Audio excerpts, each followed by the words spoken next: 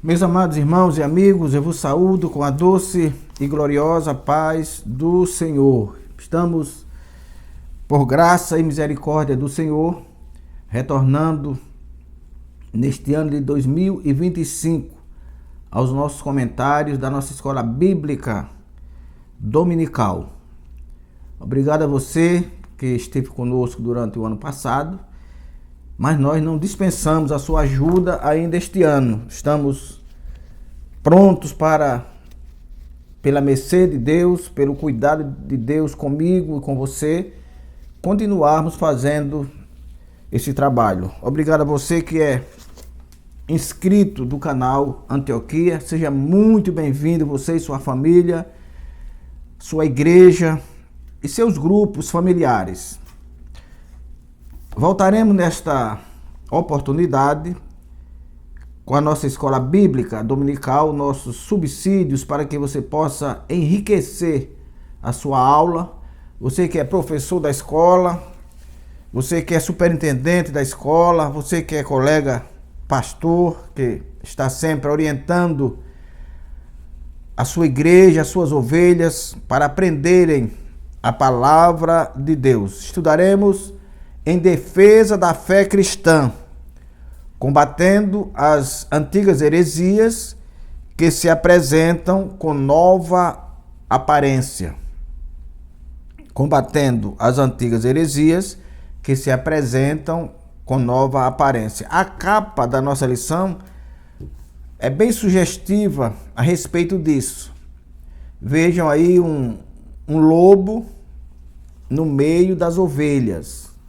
O pastor Nemuel Kesley, que de saudosa memória, que há cerca de um mês e pouco foi chamado às mansões celestiais, ele dizia que onde há uma ovelha, há sempre ali um pastor e um lobo. O pastor para apacentar e proteger, e o lobo para destruir. Então nós estudaremos nesse trimestre da escola bíblica exatamente isso, a defesa da fé cristã, a defesa da igreja por meio da palavra de Deus contra os inimigos, contra os lobos que aparecem em pele de cordeiro. E nós vamos ver durante esta aula que nós teremos inimigos externos e inimigos internos. Inimigos que atacam de fora para dentro e inimigos que atacam de dentro para fora.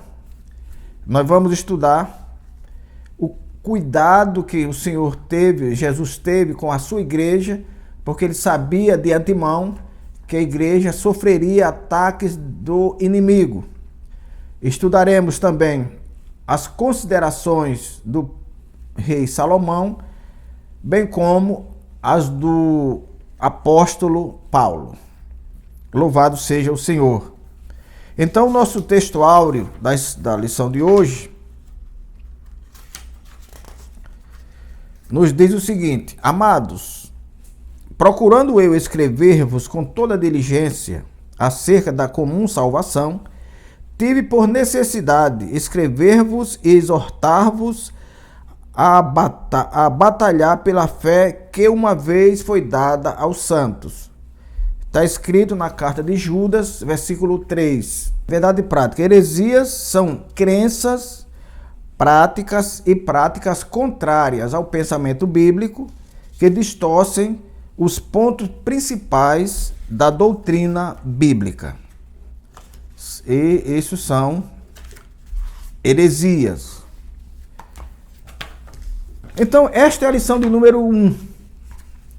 É a lição inaugural do nosso ano letivo da Escola Bíblica Dominical. Este trimestre é comentado pelo pastor Ezequias Soares.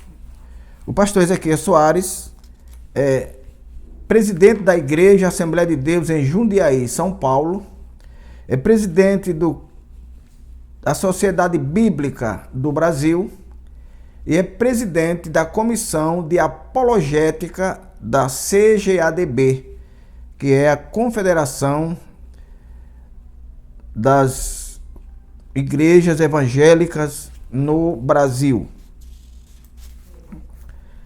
Quando as heresias ameaçam a unidade da igreja, é o nosso tema de hoje. Quando as heresias ameaçam a unidade da igreja.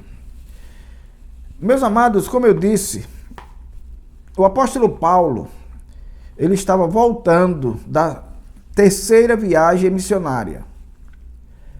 E ele tinha uma preocupação muito grande com as heresias, com a idolatria que tomava conta da igreja atual, odierna, a igreja da época. E então ele, voltando da terceira viagem missionária, ele interrompeu o seu trabalho e foi a Mileto. Assim diz o nosso irmão Lucas, que é o historiador do livro dos Atos dos Apóstolos. Ele vai a Mileto. Mileto era um porto do mar Egeu, que ficava a cerca de 50 quilômetros de Éfeso. E lá em Mileto, ele chamou os líderes da igreja em Éfeso para admoestá-los, para que eles soubessem o quanto a igreja estava passando perigo. E ele relata ali, está em Atos capítulo 20, ele falando sobre os inimigos que viriam de fora e os inimigos que apareceriam, que sairiam do meio do povo e que, segundo ele, não perdoariam o rebanho.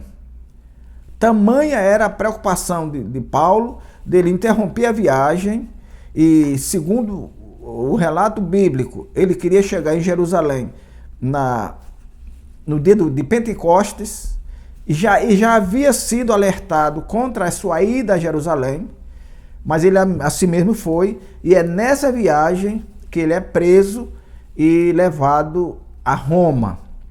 É nessa viagem também que nós vemos o ajuntamento confuso.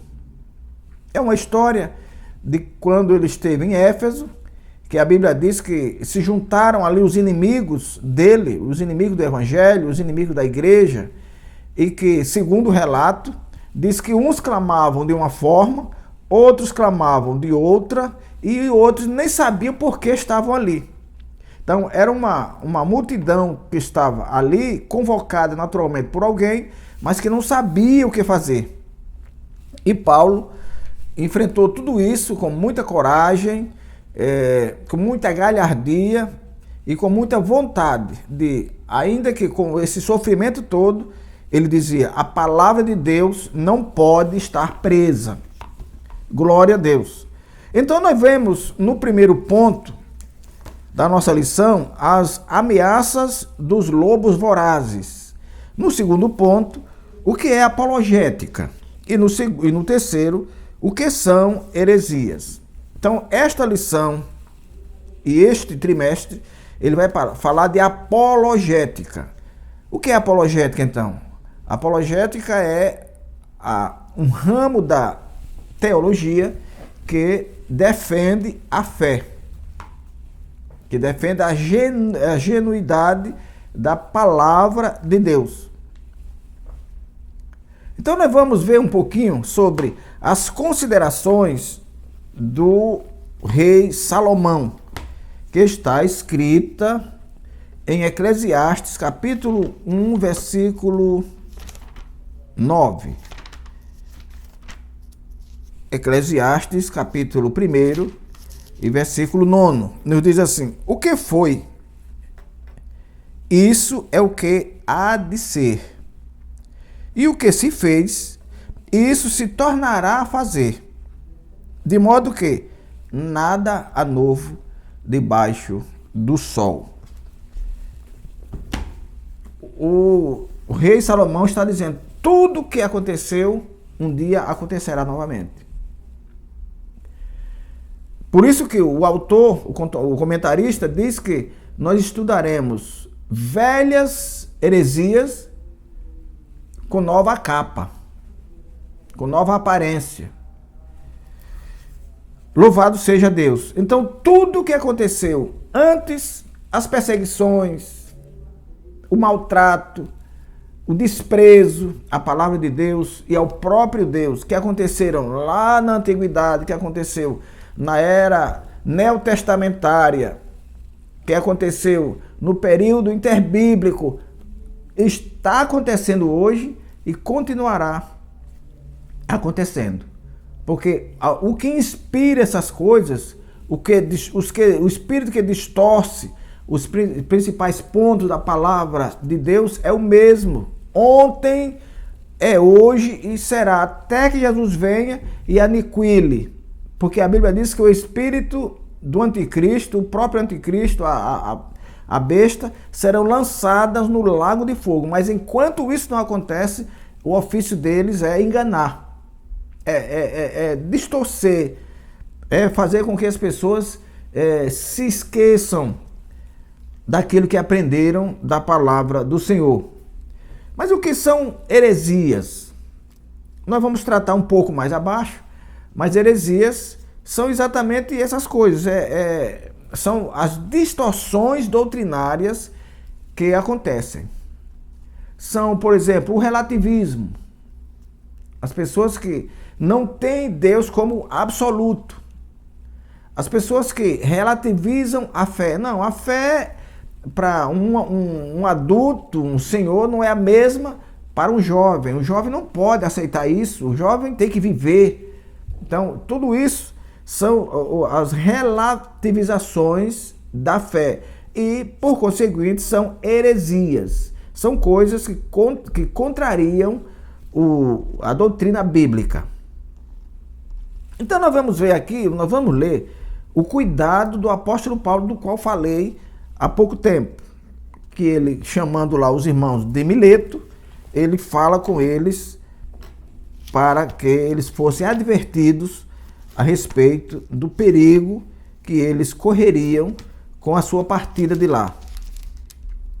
Lembrando que ele passou ali em Éfeso cerca de 2 anos, admoestando, ensinando, disciplinando a igreja, e o medo dele era que com a sua partida, aquilo que era antes, que ele, por misericórdia de Deus, conseguiu colocar em ordem, aquilo seria desordenado com a sua partida. Capítulo 20, versículo 28 a 30, do livro de Atos dos Apóstolos, nos diz assim: olhai por vós mesmos e por todo o rebanho, sobre que o Espírito Santo vos constituiu bispos para apacentardes a igreja de Deus, que ele resgatou com seu próprio sangue. Aí ele continua: porque eu sei disto, que depois da minha partida, lá de Éfeso, entrarão no meio de vós lobos cruéis, que não perdoarão o rebanho. Falando em lobos cruéis, ele se refere a lobos externos. Veja o que ele diz: entrarão no meio de vós. É alguém que vem de fora e entra no meio da igreja. E isso não são apenas pessoas que estão entrando, são ensinos falsificados que estão vindo de fora e entrando. Mas ele lembra também que haverão inimigos de dentro, inimigos internos. E diz ele: e que dentre vós mesmos, se levantarão homens que falarão coisas perversas para atraírem os discípulos após si. É aquilo que ele próprio chamava, o apóstolo Paulo, de amantes de si mesmo. São as pessoas que apacentam para si. A elas não importa se vão para o céu ou se vão deixar de ir, e se estão fazendo a vontade de Deus. São ovelhas deles. São ovelhas que servem para o seu luxo, para as grandes campanhas que lhe darão nome e fama. São aqueles que lhe servirão para contribuir financeiramente, para lhe sustentar o luxo. Então são esses os inimigos internos.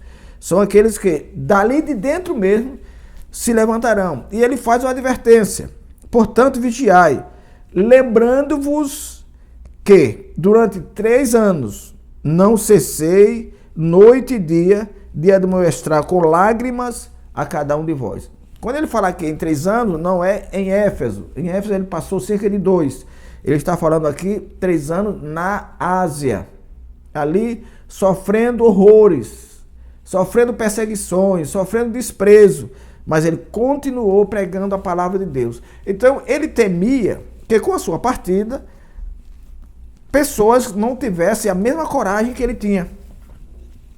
Porque tem que ter coragem para enfrentar os ardis de Satanás. Tem que ter coragem. Glória a Deus.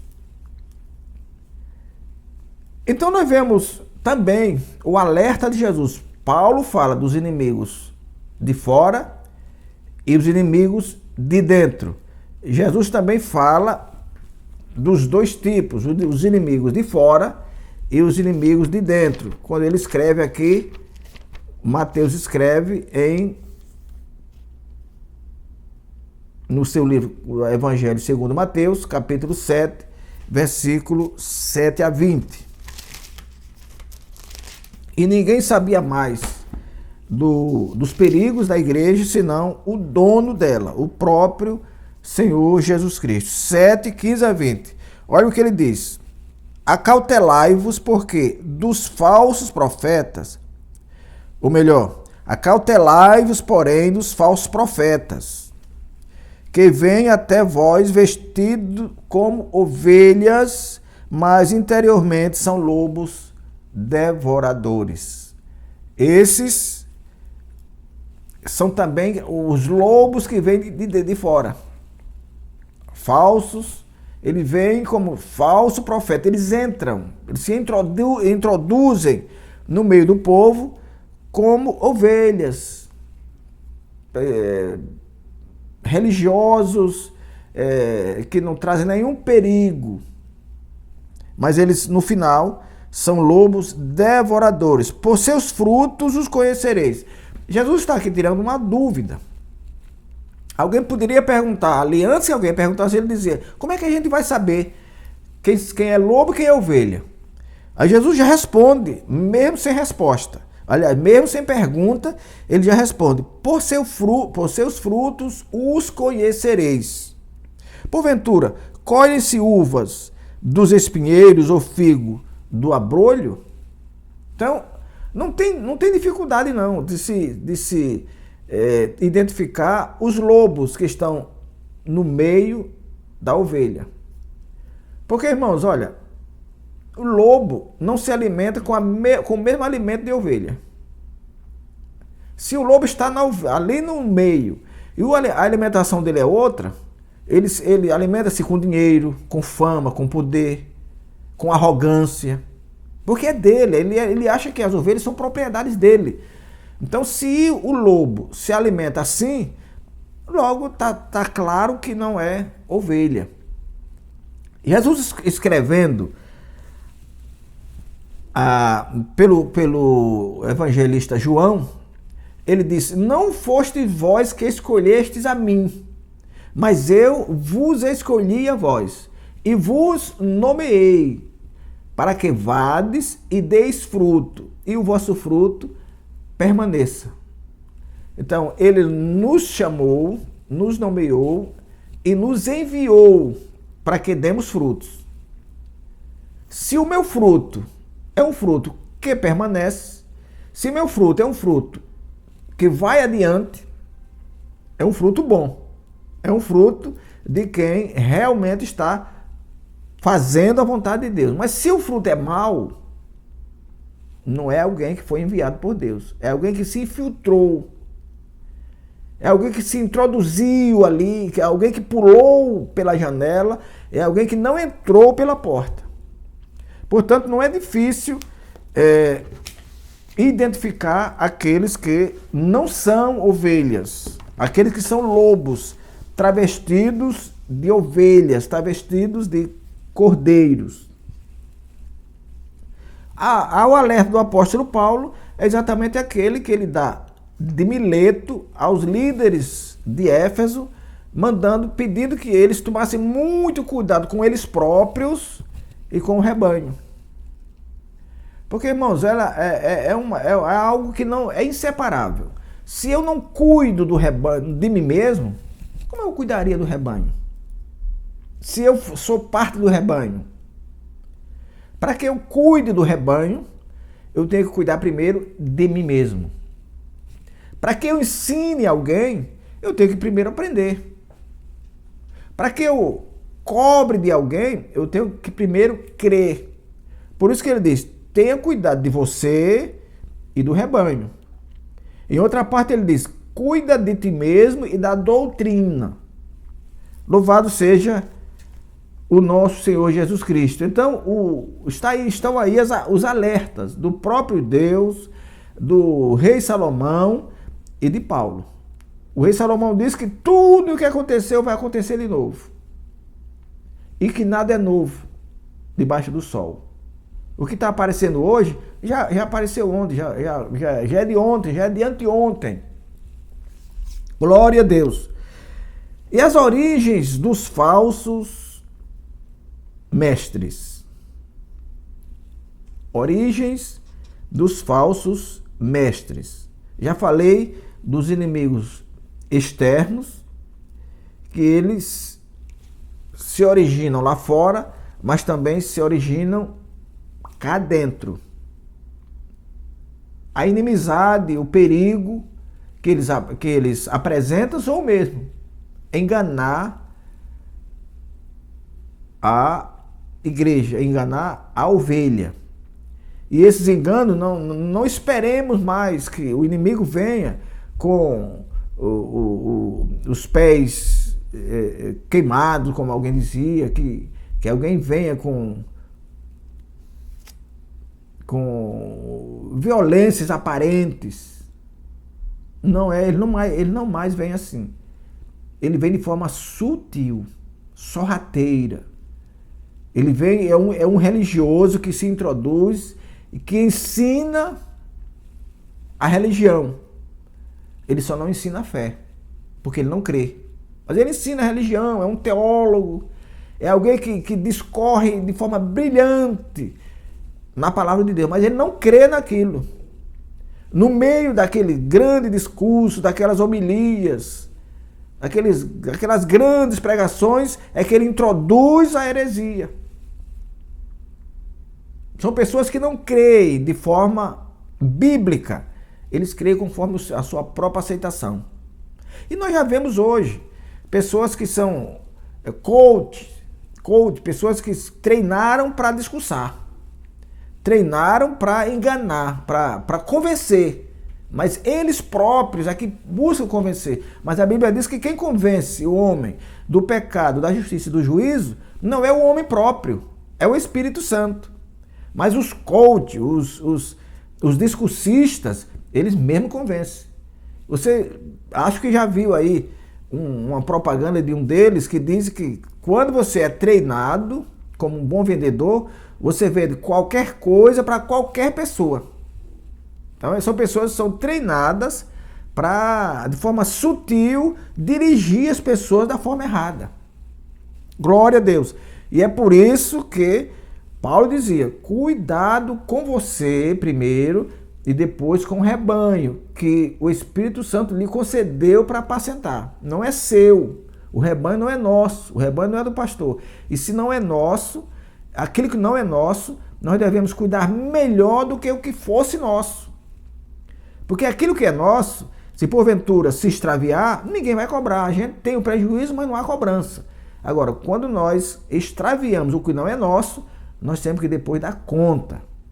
Haja o que houver, nós temos que dar conta. Então os inimigos, eles aparecem de fora, mas eles também se levantam de dentro. Todos nós conhecemos isso, tanto na igreja como no trabalho, em qualquer lugar onde há pessoas, há esse tipo de inimigo, de fora e o de dentro. Os de fora não são tão perigosos quanto os de dentro. Eu ouvi uma vez num discurso, tem muito tempo isso, de um presidente da República, Não vou nem dizer o nome dele. Mas ele disse que, ele dizendo, que eu peço sempre a meu Deus que me livre dos meus amigos, porque dos meus inimigos me livro eu. É claro que ele não tem o poder de se livrar dos inimigos, mas é mais fácil a gente se livrar do inimigo do que do amigo. Porque o inimigo você já tem alguma dúvida contra ele. Do amigo você não tem. Do amigo é aquele que convive com você e que muitas vezes levanta as patas, como Jesus falou com Judas, que era alguém que estava no meio dos 12, mas que levantou a pata contra ele. Portanto, devemos ter muito cuidado com os falsos mestres, os enganadores. Vamos ver o que é que Paulo diz, o que Jesus diz sobre os inimigos internos e o que é que Pedro também diz. Mateus 24, 9 e 10 é o que Jesus disse sobre os inimigos. 24, 9 e 10. Então vos hão de entregar para serdes atormentados, e matar-vos-ão, e sereis odiados de todas as gentes por causa do meu nome. Então Jesus já sabia que tudo isso aconteceria, essa perseguição, essa ânsia de destruir a igreja. E ele diz, tenha cuidado, porque vão levar vocês às prisões, vão matar. Glória a Deus. Então vamos aí ao versículo 16. 24, não. Mateus 7, 15 a 20. É isso aqui, 7, 15 a 20. Por seus frutos conhecereis. Assim toda árvore boa conduz bons frutos, e toda árvore má, maus frutos. Pode a árvore boa dar maus frutos, ou nem a árvore má dar bons frutos? Toda árvore que não dá bom fruto, corta-se. Glória ao Senhor. Vamos agora a Mateus capítulo 7. Aliás, capítulo 24, e versículo 9 e 10.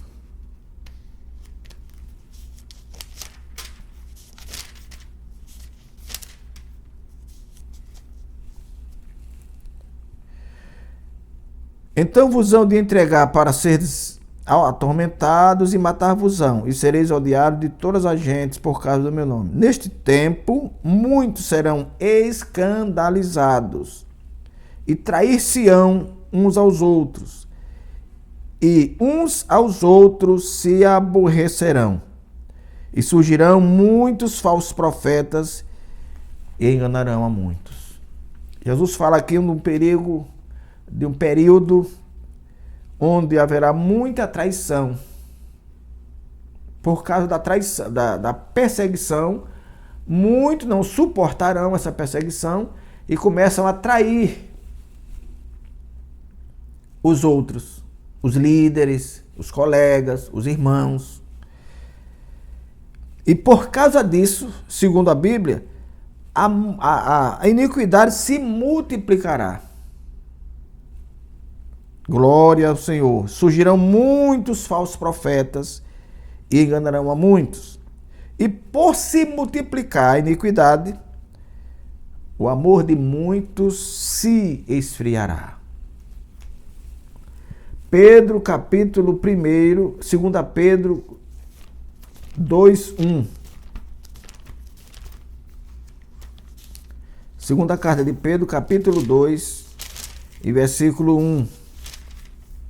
Diz assim: e também houve entre o povo falsos profetas, como entre vós haverá também falsos doutores que introduzirão encobertamente heresia de perdição e negarão o Senhor que os resgatou, trazendo sobre si mesmos repentina destruição.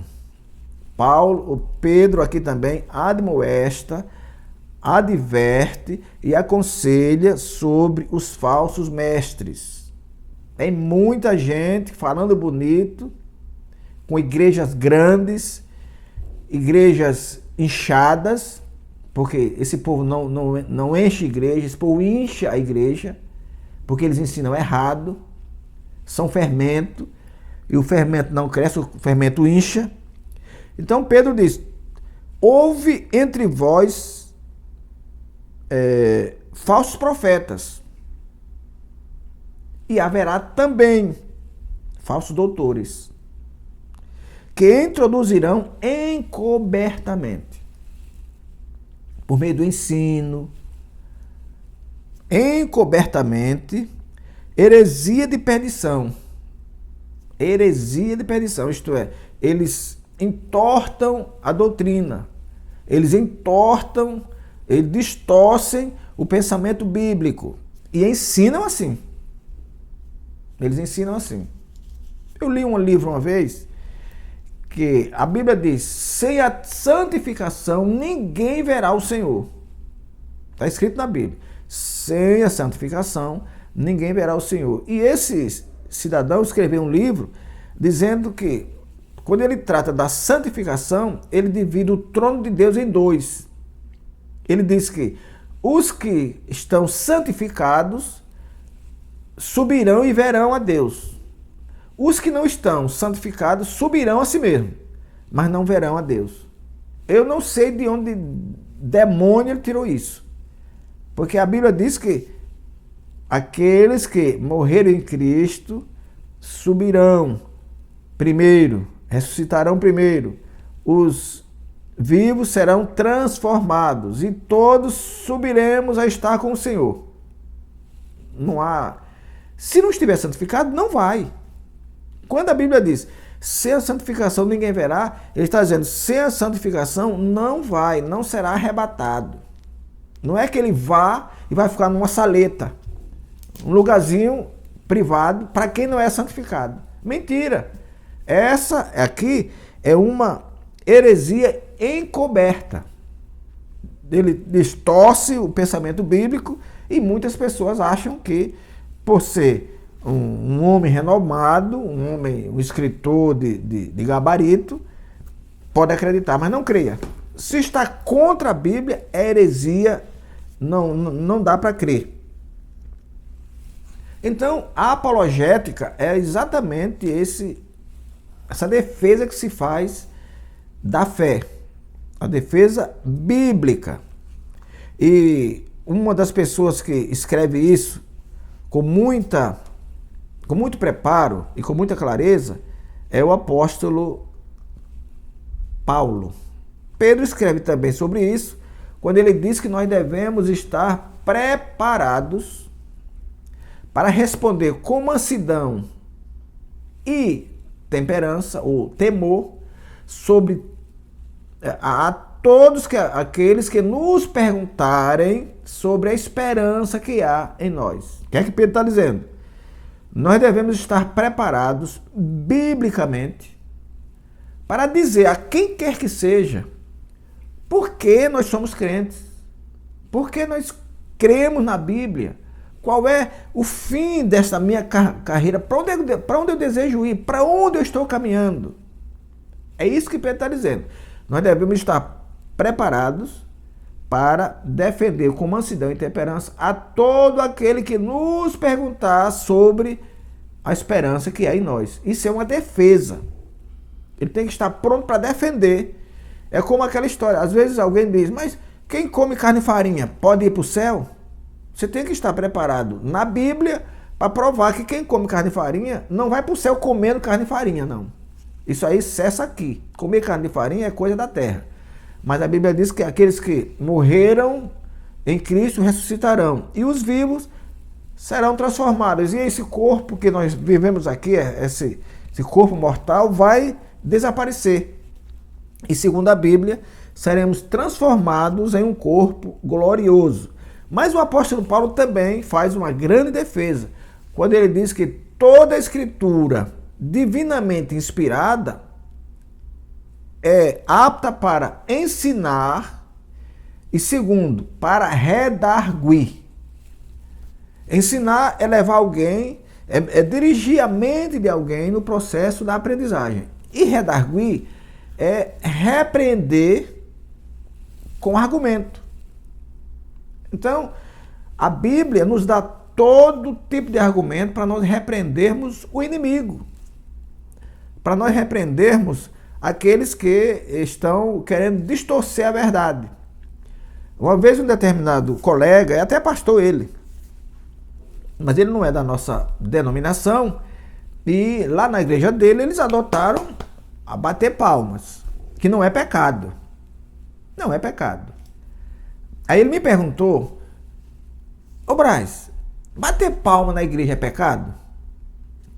Eu disse: vou lhe responder com outra pergunta. Não bater palma na igreja é pecado? Aí ele disse: não. Eu disse: então, meu irmão, você continue batendo palma na sua igreja e eu continuo sem bater na minha. Eu não peco por não bater e nem você peca por bater. Ele ficou calado. Então,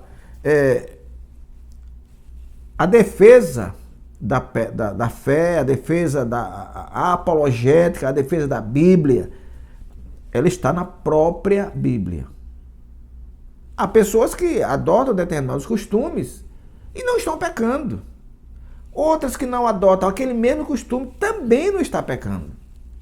O que eu não posso é querer incutir na cabeça das pessoas aquilo que eu quero.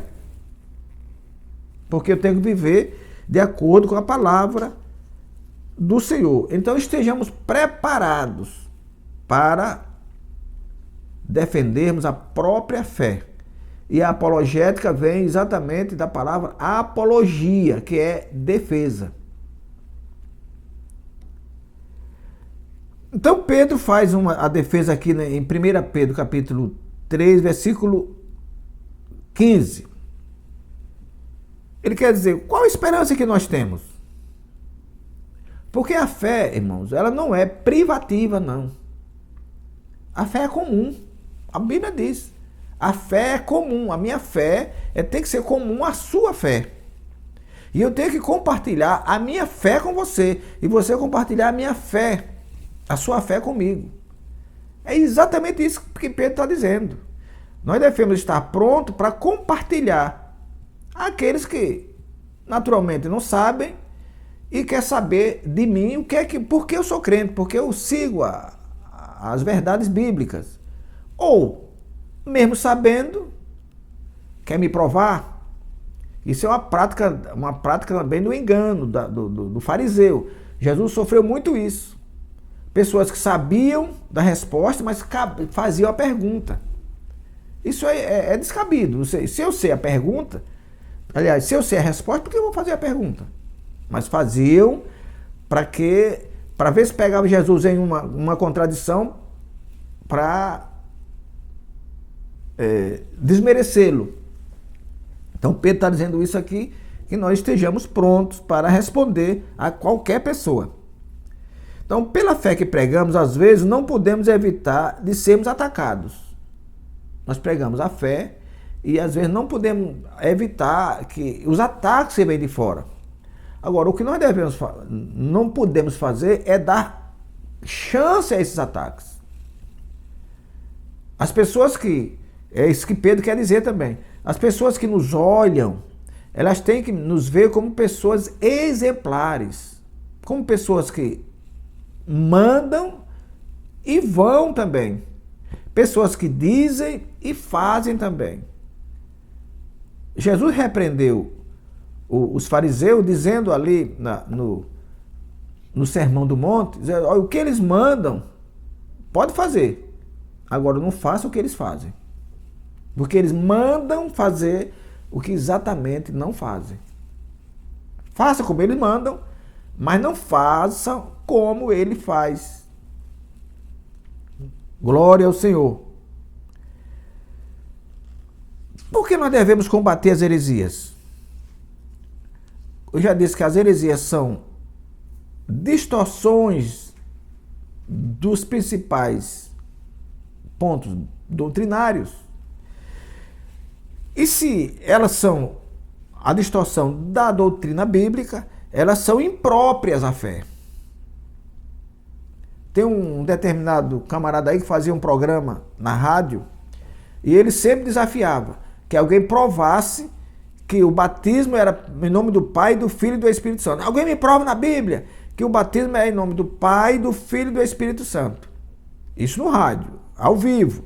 Uma vez alguém ligou e provou em Mateus, capítulo 3, que o batismo é em nome do Pai e do Filho e do Espírito Santo. Ele aí deu um chilique lá no rádio e chamou o camarada de filho de Satanás, porque ele não teve argumento para combater a verdade bíblica que estava ouvindo. Então, heresias são impróprias à salvação. 2 Timóteo, capítulo 2, e versículo 14, vamos ler aqui. 2 Timóteo,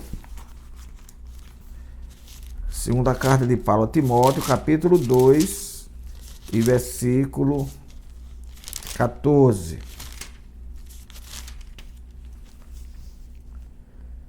E depois o capítulo 4, versículo 16.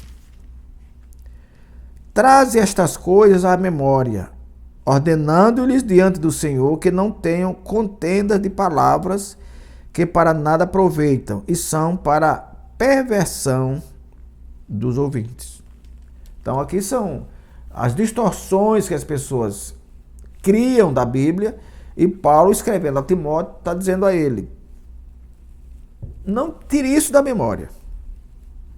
Porque essas contendas de palavra, alguém que quer justificar a vida dele sem argumento.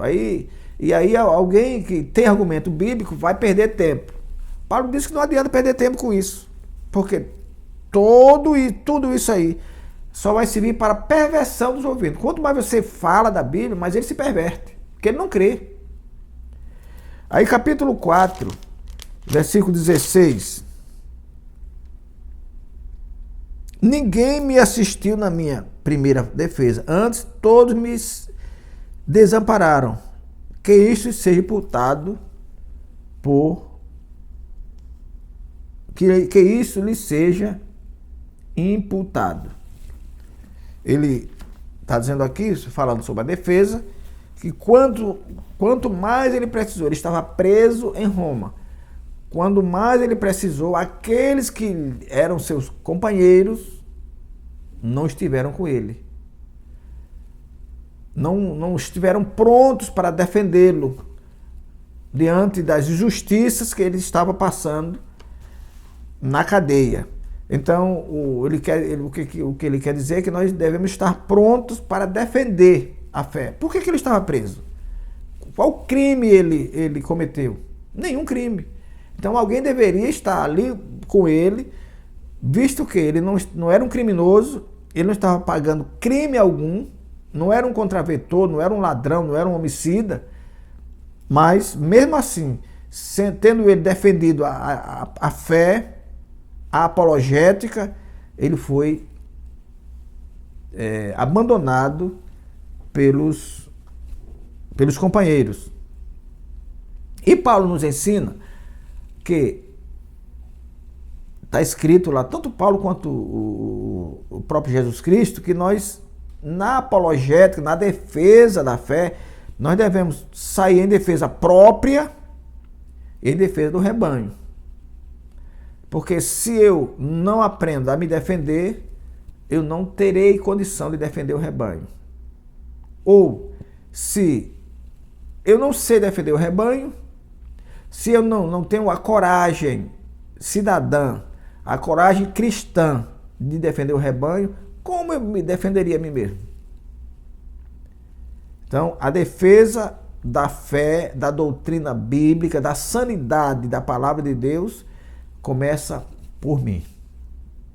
Como Paulo diz, tenha cuidado de você e do rebanho. Senão, não adianta. A defesa vai soar infrutífera, imprópria, quando eu não defendo a mim mesmo. Mas o que são heresias, já disse lá em cima, é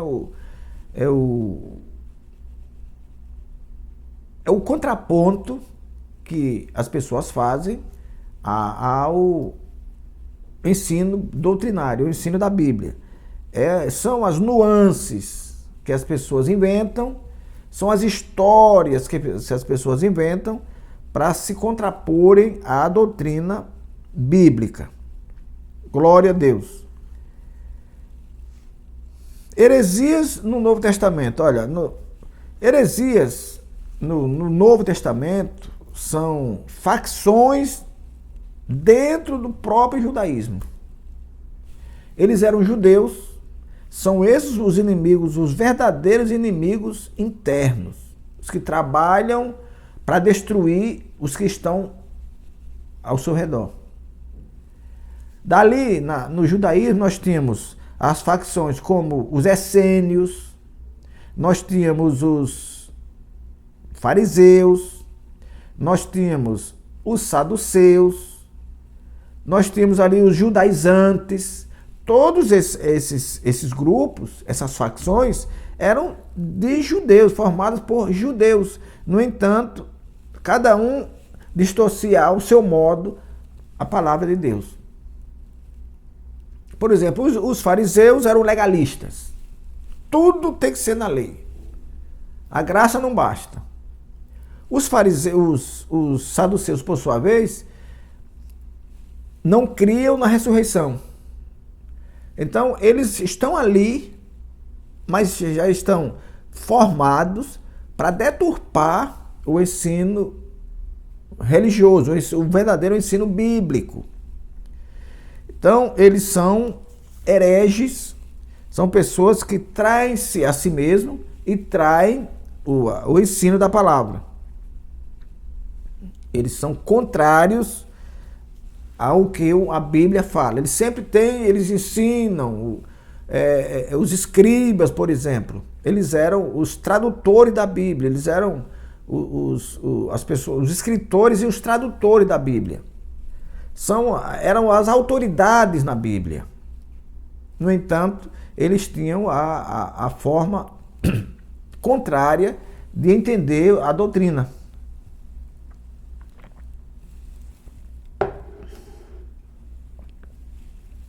Então, heresia no Novo Testamento consistia basicamente nisso. Eram pessoas faccionadas dentro do judaísmo, que cada um distorcia ao seu modo, ao seu bel prazer. Paulo estava em plena viagem. Eu já falei sobre isso. Mas vamos ler 2 Pedro, capítulo 2 e versículo 1. Eu já li, mas vamos ler novamente. 2 Pedro, capítulo 2 e versículo 1.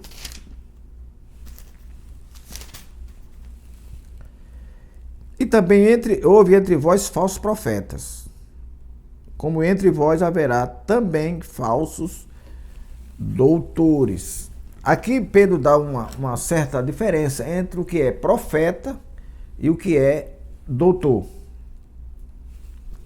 O profeta era a figura religiosa que trazia os oráculos de Deus ao homem. Ele trazia de Deus a mensagem que Deus deu a ele trazia ao homem. Isso quando se trata de profeta verdadeiro.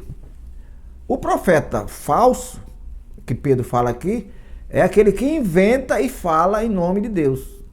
É aquele que Deus diz, ai daquele que disser que eu disse sem ter dito. Então as pessoas que dão ouvidos aos falsos profetas, aqueles que dizem o que Deus não disse, elas sofrerão quase que igualmente ao falso profeta.